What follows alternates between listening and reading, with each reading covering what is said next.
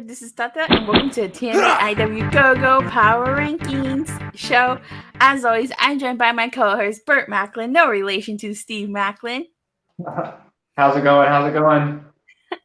All right, Burt. So we are on the victory road to Bound for Glory, and this week of Impact, just like any other week, was an incredible show.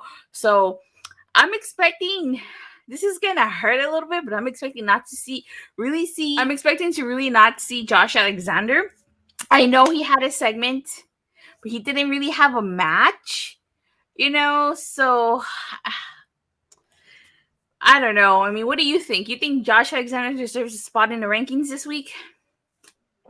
Like we said, he's a victim of just the storyline. His storyline as world champion coming to an end, so he's not going to be like featured as much. That's what tells me even more that he's losing, just because he's not the focal point of the show anymore. So yeah, I don't expect to see him in the rankings, but if he is, I would expect the lower half, and if not close to the top at all. Yeah, I do expect him. Yeah, if he is okay, lower half would be okay, because like you said, the storyline is probably coming into an end. With Eddie Edwards getting the win, I mean that can only that tells you, right? Yeah, I like we just keep saying, if Eddie doesn't win, I just don't understand. Like that would just this booking would make no sense, and he has to win. So then Josh will go back to the bottom of the card, work his way back up, and so it is what it is. You think you think Josh Alexander would challenge for the X Division title again? I mean, just imagine Josh Alexander versus Speedball Mike Bailey.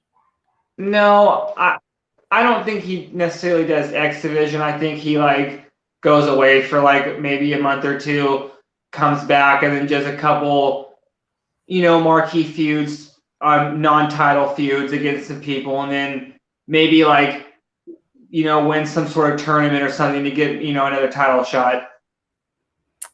Yeah, I can see that happening. All right. So before we get into the power rankings, Burt, how do you join the power rankings? Just simple.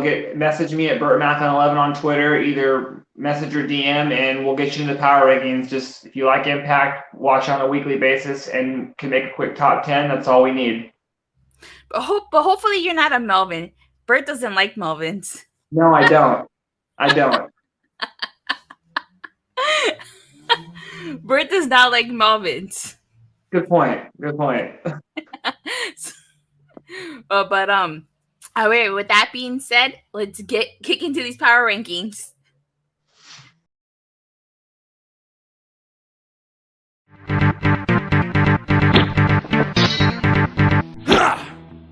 Number 10, Masha Slamovich. Number 9, X Division champion Mike Bailey. Number 8, New Japan's Yuya Uemura. Number 7, the DMC Brian Myers. Number 6, Mickie James. Number 5, New Japan's Aussie Open. Number 4, World Champion Jordan Grace. Number 3, Tag Team Champions Vex. Number 2, World Champion Josh Alexander.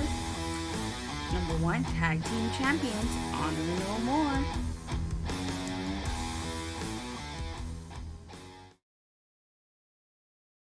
All right, how about Honor No More taking the number 1 spot again? Rightfully so. They're on fire right now. All their promos were good last week. Yeah, the only thing I wonder, and it doesn't affect them in being number 1 for me, but I find it a little weird that PCO is the one that they said needs to, like, I forget the term that Eddie Edwards used, like, need to, like, get right, something like that. But Vincent is the one that loses all the time. I don't know why PCO needs to be the one that, to, like, find himself. He's been winning the past couple of weeks, so I had a little problem with that segment. It's a minor little detail, but Honor No More at number 1, I love it. I think that yes, Vincent has been losing, which is why I think that when PCO gets kicked out of the group, because I still think that they're doing that, Vincent's gonna go with him. Yeah, totally. I mean, he was playing the role of Victor Frankenstein, and PCO was like this monster thing in that 1 segment that we had this week. Yeah, that was a So, little weird. yeah, that's why they called PCO the French Canadian Frankenstein. So, very true. Very true. The segment. Definitely. I want to point out, I don't know if I'm going to say this correctly. Forgive me if I'm mispronouncing it. I do apologize in advance. Number 8, New Japan's Yuya Umorowa. I'm not sure if I think I totally mispronounced that. He had, from what I've seen him so far, and the first time I ever saw him wrestle was at Ric Flair's last match, and he is impressive. And I want to see what he does in Impact. Yeah, that was definitely a great debut, and then they're like a great guy, a great wrestler to bring it on Impact's part. And that's what Impact's been doing lately with their like basically open door policy. Anyone can come in at any time. Definitely a good grab by by Impact. He was incredible, and I honestly would not mind seeing a match against him and Speedball Mike Bailey for that X Division title. Definitely. I see that Vex is at number 3, which I'm fine because you have Josh Alexander number 2, but I wouldn't mind seeing Vex a little bit higher just because I don't know why no one's talking about Chelsea Green debuted a new hat. Yeah, she did. And that hat was, I love that hat. I don't know much more I can say, but they should. Vex and Chelsea Green's hat should be higher. Let's get them, and hopefully that hat is around to stay. And maybe Deanna will bring in a hat. Who knows? It was a nice hat. It was a nice hat. Very great hat. Thank you. I really like that Vex wears matching outfits. So, like you said, it would have been nice to see Deanna wear a hat to match with Chelsea. I'm not saying we shouldn't have to, but I'm just saying that let's keep it going. Like what's better than one hat? 2 hats. That is so hilarious.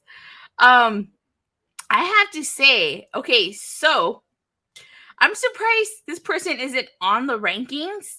I get it. They didn't have a match. They were a part of a segment, which I actually want to bring up. So Mia Yim distracting Kenny King during his match.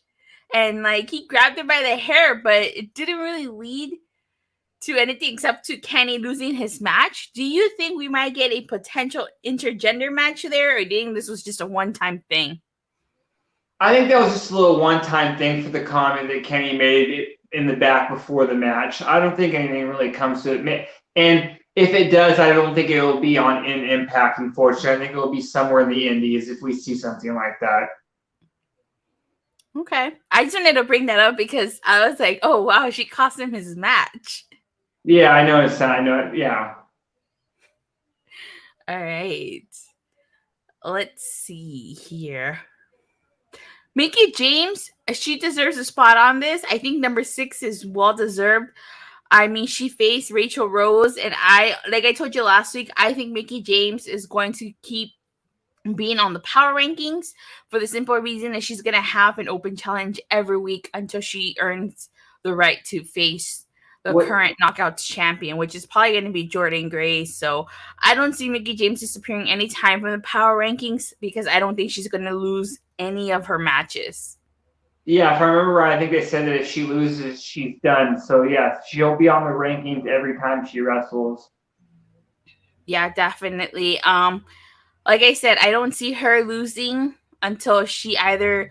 I think, like I said, and I stand by what I said, I think Jordynne Grace is going to hand Masha Slamovich her first loss. And then I think Jordynne Grace is going to move on to face Mickie James. And I think Mickie James is going to defeat Jordynne for that one last run. I agree with you.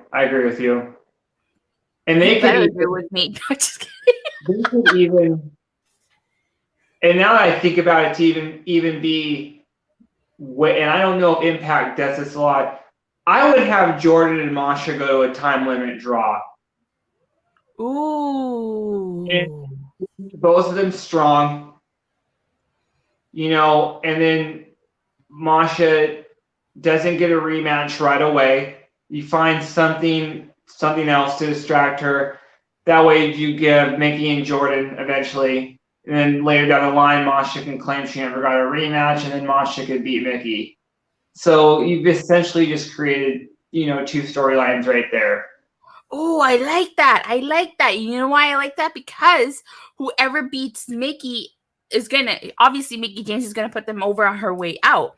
And you have, like I said, like I brought it up last week, you have the potential to create a star by whoever defeats Mickey James.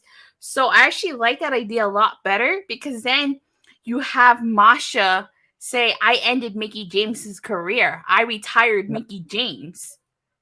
You know? Jordan, Mickey beating, Masha beating Mickey does more for her than if Jordan beats Mickey. I don't think Masha needs it, but it would be better for her career going forward in Impact if she beat Mickey.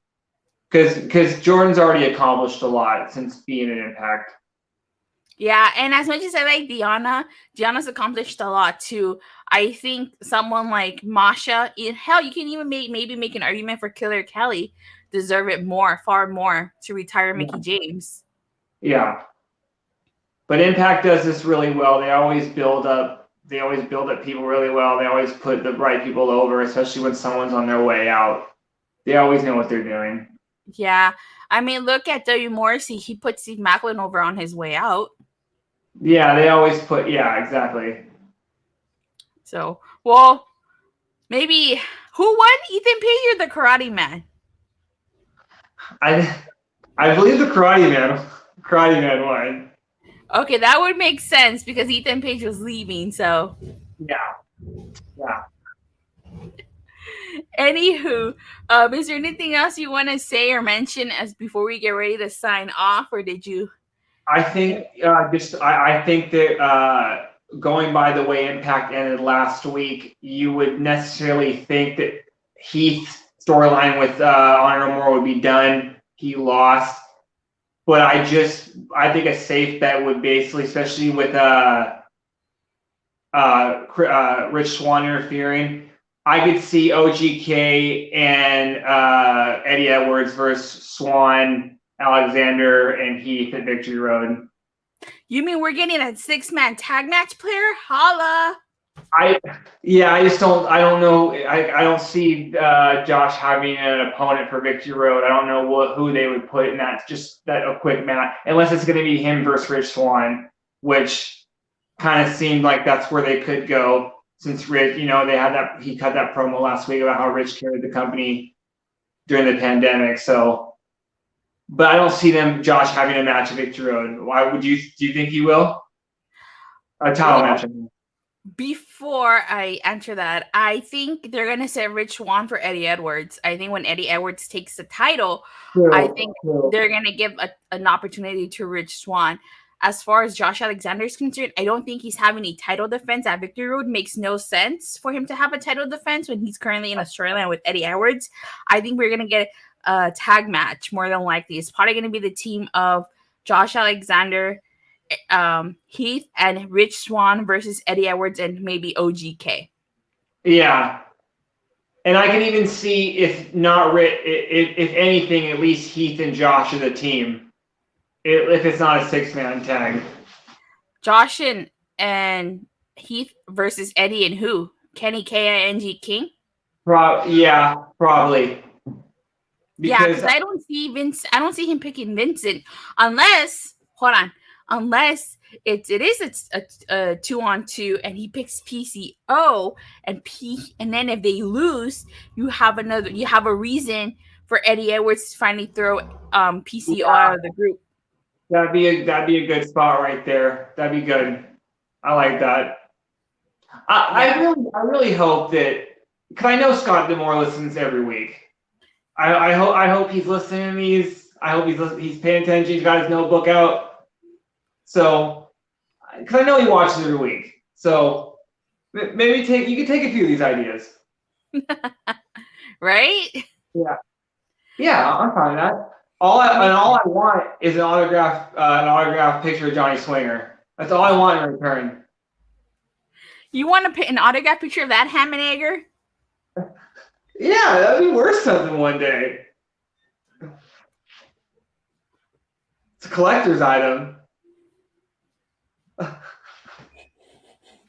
All right, I think we should get ready to wrap up. I think we discussed everything. Any parting words? As always, watch Impact.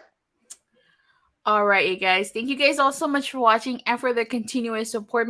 Please don't forget to like and subscribe. Make sure you hit that bell so you get notified whenever this video drops or whenever TNAIW drops a new video. And we'll see you guys next week. Bye.